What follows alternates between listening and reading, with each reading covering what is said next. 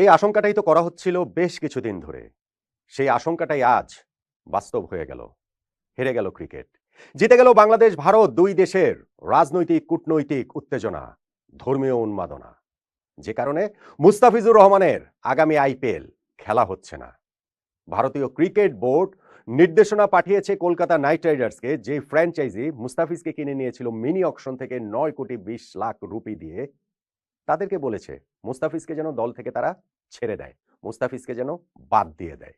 এটা কোনো পর্যবেক্ষণ না, এটা কোনো অনুরোধ না, এটা নির্দেশনা, নির্দেশ দিয়েছে। ফলে মুস্তাফিজের আগামী আইপিএল খেলা হচ্ছে না। ক্রিকেটের জন্য আজকের এই দিনটা একটা কালো দিন হিসেবেই থেকে যাবে। দুই দেশের কোট আনকোট বড় বড় মানুষের স্বার্থের বলি হয়ে সাধারণ মানুষের আবেগটাকে কাজে লাগিয়ে ক্রিকেটকে এরকম একটা দিন দেখতে হলো, যার প্রভাব শুধুমাত্র মুস্তাফিজকে আইপিএল থেকে বাদ দেবার মধ্যেই কি সীমিত থাকবে, নাকি এর প্রভাব আরো সুদূর প্রসারী হয়ে যেতে পারে। দেখুন, মুস্তাফিজুর রহমানকে সর্বশেষ আইপিএল নিলামে কলকাতা নাইট রাইডার্স কিনে নিয়েছে, অন্যান্য দলগুলোর সঙ্গে কারাকারি করে কিনে নিয়েছে। ৯,২০,০০,০০০ রুপি কিংবা বাংলাদেশি মুদ্রায় প্রায় ১২.৫ কোটি টাকা দিয়ে কিনে নিয়েছে। এটা গেল ১৬ই ডিসেম্বরের ঘটনা। এবং তারপরে অবভিয়াসলি যেহেতু বাংলাদেশের একমাত্র প্রতিনিধি হিসাবে আইপিএলে মুস্তাফিজ খেলবেন, সেই কারণে বাংলাদেশের ক্রিকেট প্রেমীদের মধ্যে একটা রোমাঞ্চ বয়ে যাওয়াটা খুবই স্বাভাবিক। ইনফ্যাক্ট কেকেআর সমর্থকরাও খুবই খুশিতে ছিলেন, কেননা মুস্তাফিজ ডিফারেন্স মেকার। তিনি কেকেআর এর হয়ে ম্যাচ জেতানোর ক্ষমতা রাখেন, অতীতেও যেটা বিভিন্ন ফ্র্যাঞ্চাইজি কিংবা ইন্টারন্যাশনাল ক্রিকেটে মুস্তাফিজ প্রমাণ করেছেন। মুস্তাফিজকে নিয়ে অনেক বড় প্ল্যান রয়েছে বলেই তো তার পেছনে অনেক বড় ইনভেস্টমেন্টে কেকেআর গিয়েছে।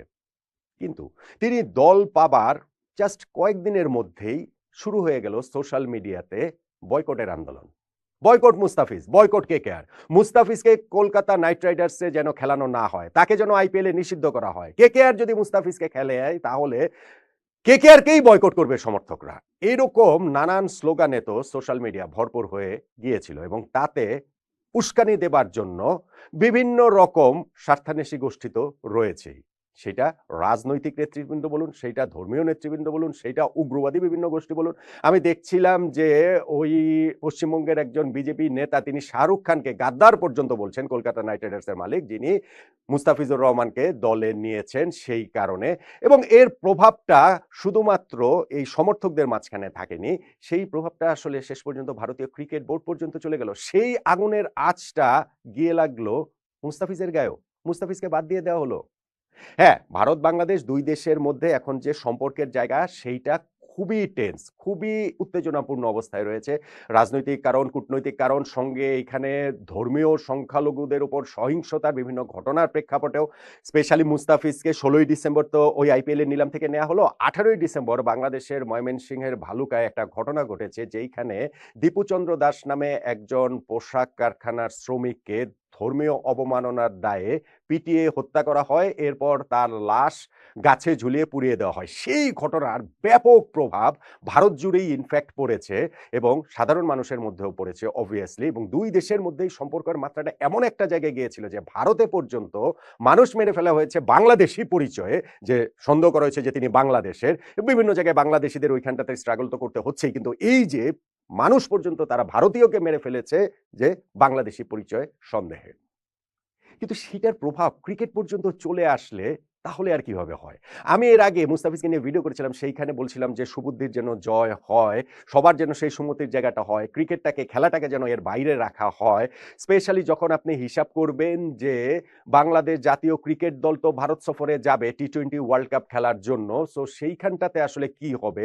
বাংলাদেশ কি ভারত সফরেও কি যাবে না? ভারত কি বাংলাদেশকেও আতিথ্য ওইখানে জাতীয় দলকেও দেবে না? টি-20 ওয়ার্ল্ড কাপে কি তাহলে বাংলাদেশ ওইখানে ওয়েলকাম না? বাংলাদেশ খেলতে পারবে না? কলকাতার মাঠে ইডেন গার্ডেন্সেই তো ৩টা ম্যাচ রয়েছে। ফলে যদি বাংলাদেশ গিয়ে খেলতে পারে, মুস্তাফিজুর রহমান ভারতীয় ফ্র্যাঞ্চাইজি লিগ আইপিএলে একটা ফ্র্যাঞ্চাইজির হয়ে খেলবেন, তাতে সমস্যার জায়গাটা কোথায়? এবং দিন দুয়েক আগে আমরা দেখছিলাম ভারতীয় ক্রিকেট বোর্ডের একজন কর্মকর্তাকে উদ্ধৃত করেছিল ইনসাইড স্পোর্ট নামে একটি গণমাধ্যম, যেইখানটাতে তিনি জানিয়েছেন যে কেন্দ্রীয় সরকারের সঙ্গে এখনকার এই স্পর্শকাতর অবস্থা বাংলাদেশ ভারতের মধ্যে, সেটা নিয়ে তাদের যোগাযোগ রয়েছে। তবে কেন্দ্রীয় সরকার থেকে তারা ওইরকম কোনো নির্দেশনা পাননি যে বাংলাদেশি ক্রিকেটারদের ব্যান করতে হবে, এবং বাংলাদেশ তো ভারতের শত্রু রাষ্ট্র না, এই কথাটাও তিনি বলেছেন। এবং সেইটাতে কিন্তু আমরা অনেক বেশি আশাবাদী হয়েছিলাম। আমরা বলতে আমি সীমান্তের ওপারে এপারে সব জায়গারই যারা সুবুদ্ধির মানুষ রয়েছেন, যাদের ওই সুবোধের মানুষ রয়েছেন, তাদের কথাটাই আসলে বলছি। কিন্তু আজকে ভারতীয় ক্রিকেট বোর্ডের সেক্রেটারির এই দেবাজিৎ সাইকিয়া তার একটা কোট দিয়েছে ভারতীয় গণমাধ্যম এএনআই-কে। তিনি বলেছেন গুয়াহাটিতে একটা প্রোগ্রামে, সেইখানটাতে তিনি বলেছেন যে কলকাতা নাইট রাইডার্সের কাছে নির্দেশ দেওয়া হয়েছে ভারতীয় ক্রিকেট বোর্ড থেকে মুস্তাফিজকে যেন তারা ছেড়ে দেয় এবং চাইলে মুস্তাফিজের জায়গায় অন্য কাউকে রিপ্লেসমেন্ট হিসাবে তারা নিতে পারে। তাহলে তো এন্ড, তাহলে তো শেষই হয়ে গেল। তাহলে তো এই যে একটা পারস্পরিক যে প্রতিবেশী দুটো দেশের পারস্পরিক সম্পর্ক, সেই সম্পর্কের জায়গাটাতে এখন নানান টানাপোড়েন রয়েছে।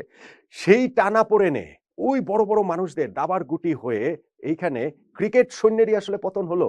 সেই ক্রিকেট দিয়ে সম্পর্কের মানোন্নয়নের জায়গাটা হতে পারত, যেই ক্রিকেটের সূত্র ধরে এটা একটা সেতু তৈরি করতে পারত সম্পর্কের উন্নতির ক্ষেত্রে, সেই ক্রিকেটটাকে তো বলি হতে হলো। মুস্তাফিজুর রহমানকে তো তারা ঠিকই বাদ দিয়ে দিল, আইপিএল এ খেলতে দিতে চাচ্ছে না।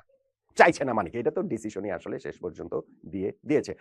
অবভিয়াসলি এইটা ক্রিকেটের জন্য একটা কালো দিন। মুস্তাফিজকে খেলতে না দেয়াটাতে ক্রিকেট ওয়ার্ল্ড যে রিঅ্যাক্ট করবে অন্য কোনোভাবে বা খুব অ্যাংরিলি, আমি সেটা এক্সপেক্ট করি না। কেন করি না? কেননা ভাই, ওয়ার্ল্ড ক্রিকেট আসলে ভারতের মুঠোর মধ্যেই। ভারতই ওয়ার্ল্ড ক্রিকেটটা কন্ট্রোল করে। সেইটার বিপক্ষে গিয়ে কারো পক্ষে কোনো কিছু বলাটা সম্ভব না। আমার যেটা ভয়ের জায়গা বা আশঙ্কার জায়গা, যে ঘটনাটা কি এইখানটাতেই শেষ হবে, নাকি যারা স্বার্থান্বেষী রয়েছে, যারা এরকম ঘটনা থেকে ফায়দা তুলতে চায়, যাদের এক ধরনের বিজয় হয়েছে, সেই যে রাজনৈতিক সহিংস উগ্রবাদী যারা রয়েছেন, তাদের একটা বিজয় তো হয়েছে না, যে মুস্তাফিজুর রহমানকে আইপিএল এ খেলতে দেয়া গেল না। এখন এই ঘটনাটাকে উস্কে এই ঘটনার আগুনে ফু দিয়ে সেইটাকে দাবানল করে ফেলে যদি ব্যাপারটা আরো অনেক বড় হয়ে যায়, যদি এখন বাংলাদেশ ক্রিকেট বোর্ডের এইখানটাতে বাংলাদেশ সরকার ইনভলভ হয়ে যায়, যদি বাংলাদেশ সরকার বাংলাদেশ ক্রিকেট বোর্ডকে সেই নির্দেশনা দেয় যে ঠিক আছে, আমাদের ক্রিকেটারকে ভারতের একটা ফ্র্যাঞ্চাইজি লিগ খেলতে দিল না, তারা দলে টেনে নিয়েও তাকে এইভাবে বাদ দিয়ে দিল, আমরাও ভারতীয় ক্রিকেটকে বাদ দিয়ে দিলাম, আমরাও ভারতে টি-20 ওয়ার্ল্ড কাপ খেলতে যাব না, এরকম করলে আসলে কি হবে? আমি এটা করতে বলছি না, প্রশ্নই ওঠে না। মুস্তাফিজকে যেমন বাদ না দেবার কথাই বলেছিলাম, এখানেও সেটা বলছি। কিন্তু আমি যেটা বলছি, আমার যে আশঙ্কার জায়গা, সেইটা হচ্ছে এই স্বার্থান্বেষী গোষ্ঠীটা তো সবসময় থাকে, সব জায়গায় থাকে, সব দেশেই থাকে। সো বাংলাদেশের উচ্চ মহলে যারা এই ঘটনাটাকে, আমি শুধু ক্রিকেট বোর্ড বলছি না, ক্রিকেট বোর্ডের চেয়েও বড় জায়গায় যারা রয়েছে, তারা যদি এই ঘটনাটাতে জল ঘোলা করতে চায়, তাহলে আসলে কি হবে? তাহলে তো বাংলাদেশ ক্রিকেটটাই বড় একটা প্রশ্নের সামনে পড়ে যাবে না বলেন তো দেখি?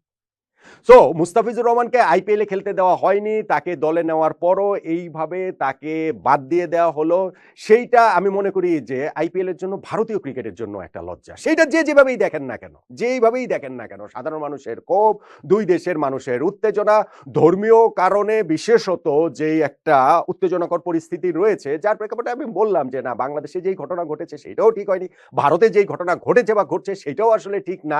কিন্তু এই সুবুদ্ধি আসলে কতজনের রয়েছে, কত পার্সেন্টের রয়েছে? এখন তো পুরো পৃথিবী ক্রমশ সেই নষ্টদের অধিকারেই চলে যাচ্ছে, নষ্টদের দখলেই চলে যাচ্ছে। সেই নষ্টদের উল্লাস মঞ্চে দাঁড়িয়ে যদি বাংলাদেশের তরফ থেকে জাতীয় দল নিয়ে টি-20 ওয়ার্ল্ড কাপ ঘিরে ওই রকম বড় কোনো সিদ্ধান্তের জায়গা আমাদের ক্রিকেট বোর্ডেরও উপরের তরফ থেকে আসে, সেটা কিন্তু আরো খারাপ হবে, ভীষণ রকমেরই আসলে খারাপ হবে।